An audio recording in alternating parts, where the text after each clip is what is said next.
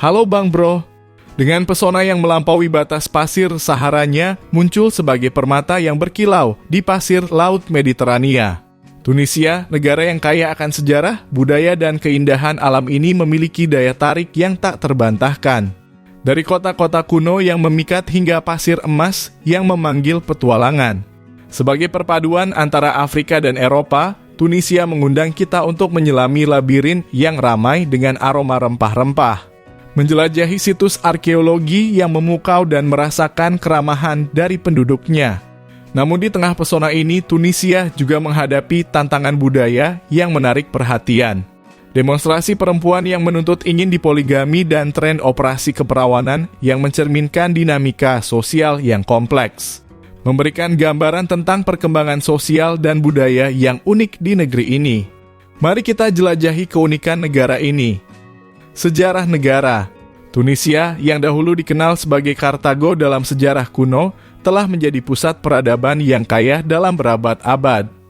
Wilayah ini menjadi bagian dari berbagai kekaisaran dan budaya termasuk peradaban Romawi, Vandal, dan Arab. Pada abad ke-7 Masehi, penaklukan Arab membawa Islam dan bahasa Arab ke daerah ini. Pada abad ke-16, Tunisia menjadi bagian dari kisaran Ottoman.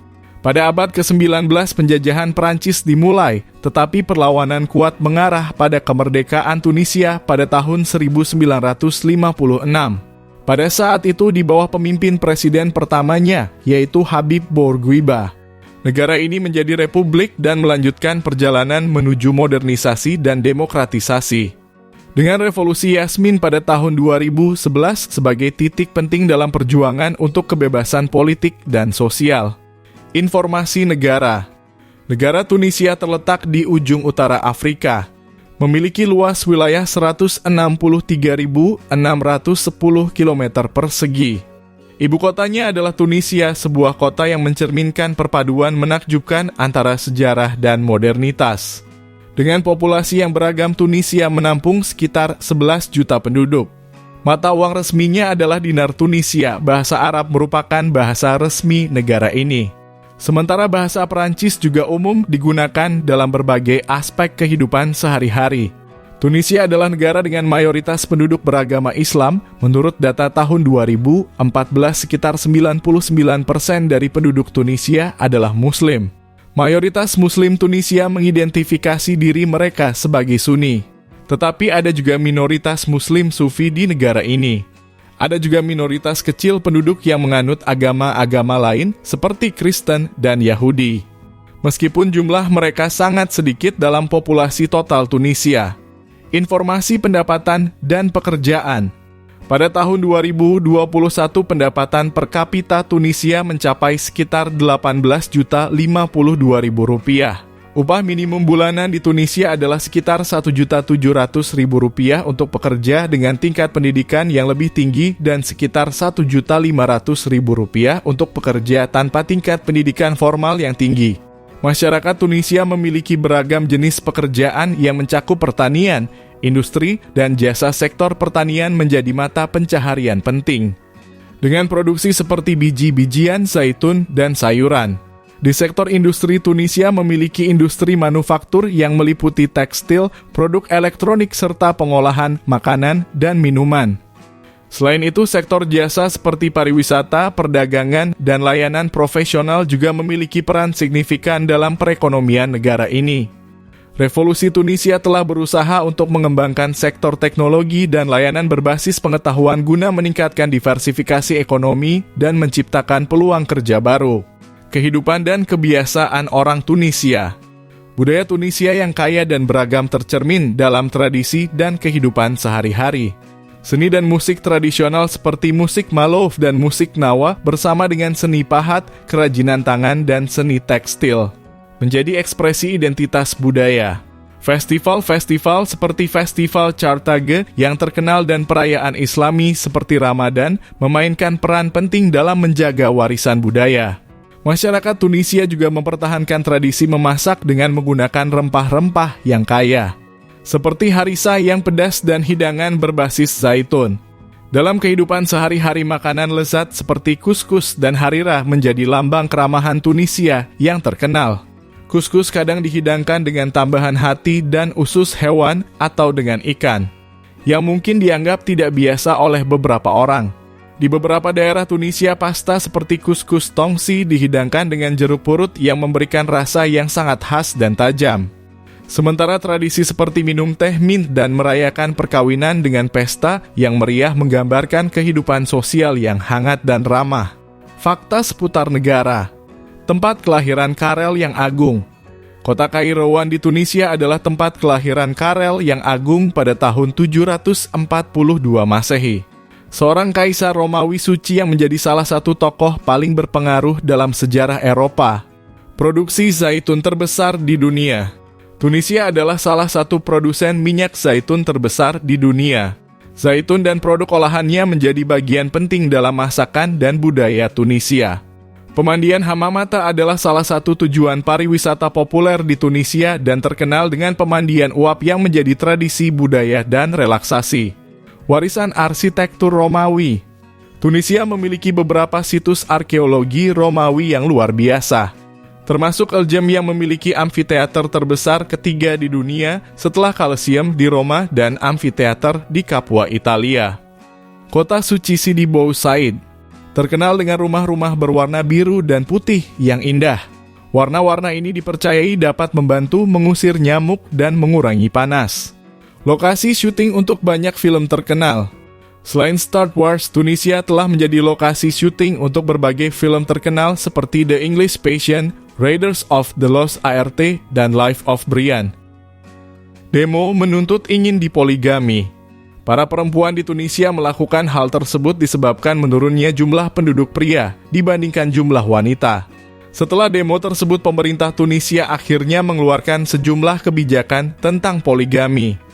Bahwa apabila wanita melarang suaminya untuk melakukan poligami, akan dikenakan hukuman penjara minimal 1 tahun. Operasi keperawanan.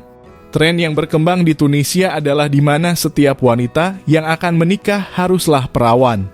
Jika tidak, suami berhak menceraikan istrinya. Untuk mengembalikan keperawanan mereka melakukan operasi keperawanan.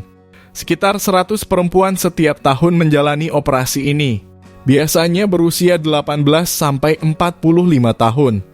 Rata-rata perempuan yang datang adalah mereka yang sering melakukan seks bebas dalam kelas pekerja seks. Cara pergi ke Tunisia. Dari Indonesia, perjalanan dapat dimulai dengan penerbangan internasional. Beberapa maskapai penerbangan menawarkan rute yang menghubungkan Jakarta atau balik ke Bandar Udara Internasional Tunis Carthage dengan jarak rata-rata sekitar 11.000 km dan lama perjalanan mungkin memerlukan waktu sekitar 15 sampai 20 jam.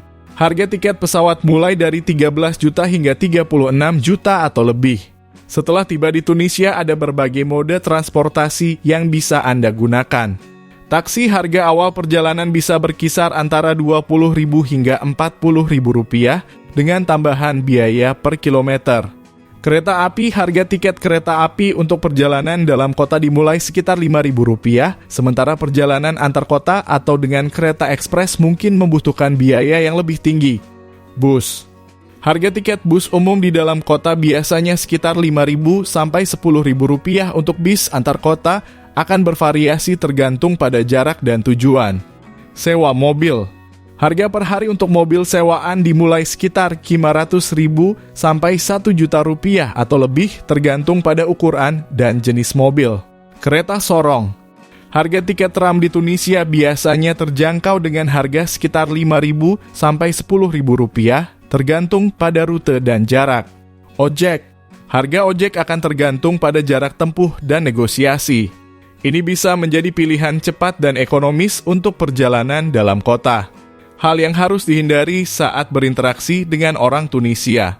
Hindari mengkritik atau mengganggu praktek agama atau budaya keagamaan. Hindari berpakaian terlalu terbuka atau tidak pantas terutama di tempat-tempat umum saat mengunjungi tempat beribadah. Jika diundang ke rumah seseorang, sebaiknya menghindari menolak makanan yang ditawarkan. Juga makanlah dengan tangan kanan karena tangan kiri dianggap kurang sopan. Hindari mengkritik pemerintah atau politik dengan terlalu tajam, terutama dalam percakapan dengan orang-orang yang belum Anda kenal dengan baik. Hindari membawa isu-isu yang kontroversial seperti politik kolonialisme atau revolusi Yasmin jika tidak relevan dalam percakapan. Jika ingin mengambil foto orang atau tempat, pastikan untuk meminta izin terlebih dahulu. Hindari perilaku yang dianggap tidak pantas dalam etika sosial Tunisia, seperti berbicara dengan suara keras atau tidak mematuhi norma-norma kesopanan. Tempat yang tidak aman di Tunisia. Tunisia adalah tujuan wisata yang umumnya aman, tetapi ada beberapa area seperti perbatasan dengan Libya dan Aljazair memiliki risiko keamanan akibat konflik regional. Kamp pengungsian dan daerah terpencil mungkin memiliki infrastruktur yang terbatas dan risiko keamanan yang lebih tinggi. Hindari demonstrasi dan unjuk rasa. Seperti negara lain, demonstrasi politik atau unjuk rasa dapat terjadi di Tunisia. Meskipun sebagian besar demonstrasi berjalan damai, ada kemungkinan potensi untuk terjadi konfrontasi. Demikianlah perjalanan kita ke Tunisia. Semoga informasi ini dapat menjadi panduan berharga untuk memahami lebih dalam tentang keindahan negara yang memikat ini, serta memberikan gambaran tentang pengalaman yang akan Anda raih saat menjelajahi Tunisia. Nah, Bang Bro, gimana pendapat kalian? Silakan tulis komentar kalian. Jika ada kesalahan dalam penyampaian video, mari kita diskusi bersama di kolom komentar. Dan jika kalian menyukai video kami, silahkan like, komen, subscribe, dan sebarkan ke teman-teman kalian, agar teman kalian tahu apa yang kamu tahu. Terima kasih Bang Bro. Sampai ketemu di video kami yang lain.